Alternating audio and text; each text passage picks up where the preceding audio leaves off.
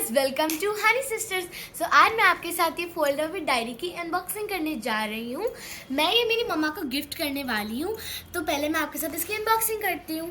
तो पहले हमें फर्स्ट कंपार्टमेंट में आप अपनी डॉक्यूमेंट्स रख सकते हैं। फिर जब हम इसे खोलेंगे तो हमें यहाँ पे बहुत सारे अलग अलग कंपार्टमेंट्स मिलेंगे, जिसमें आप अपने क्रेडिट कार्ड और पासपोर्ट रख सकते हैं। एंड इसकी सबसे अच्छी चीज़ है ये डायरी। तो आप देख सकते हैं कि यहाँ पे कैलेंडर है 2023, 2025 और 2024 का कैलेंडर। और ये जो कलर स्ट्रिप्स है ना, ये अलग अलग मंथ के हिसाब से अलग अलग स्ट्रिप्स हैं। और फिर इसमें आपको मिलेगा एक जेल पेन, जो कि बहुत अच्छा है। और कल मैं मेरी बेस्ट फ्रेंड की 12th बर्थडे पार्टी में गई थी, तो वहाँ से मेरे को ये रिटर्न गिफ्ट मिला था। तो चले इसे अनबॉक्स करते हैं।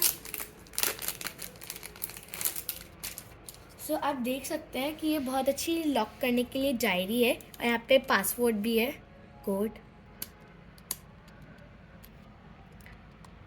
अब इसे खोलते हैं, और ये खुल गई है। ये बहुत प्रिटी है।